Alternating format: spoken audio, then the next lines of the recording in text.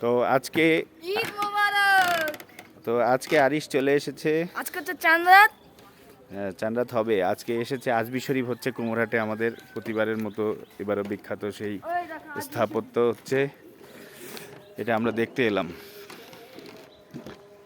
চলো দেখি, আজকে থেকে এটা উদ্বোধন হবে চাঁদরাত থেকে। আমরা দিনের বেলা এলাম, তো দিনের বেলার ভিউটা এরকম।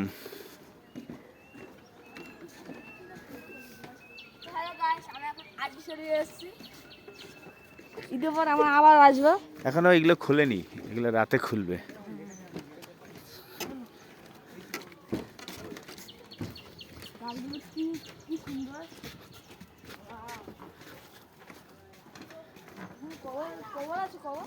হ্যাঁ, এখনো কাজ চলছে, আজকে কমপ্লিট হয়ে যাবে আশা করা যায়। হ্যাঁ, আজকে কমপ্লিট হয়ে যাবে আজমির শরীফের আদলে।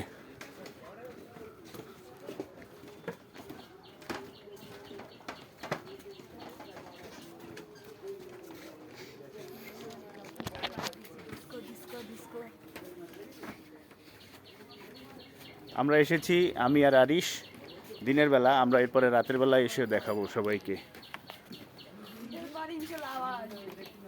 এবারে অনেক সুন্দর লাগবে।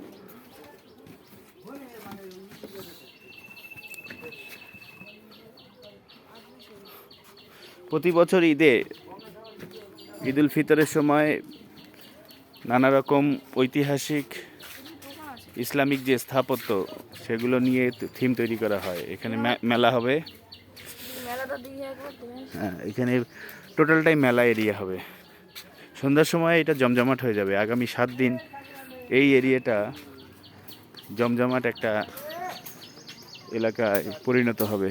বাচ্চাদের খেলনার রাইডার সব চলে এসেছে, চাট মশলা, লস্যি। এটা কি রেস্টুরেন্ট?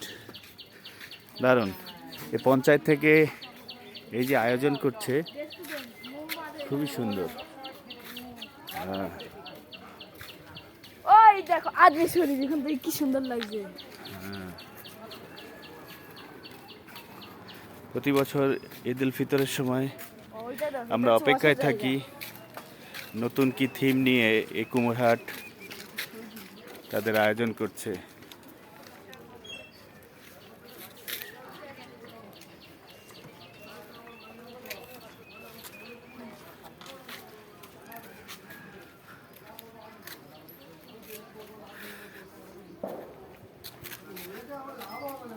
ভালো লাগছে আরিশ?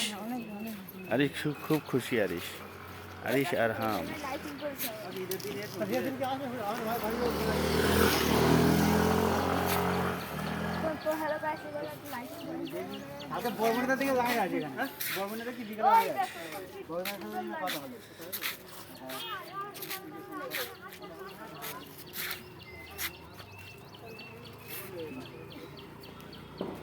ঠিক আছে, দিনের বেলার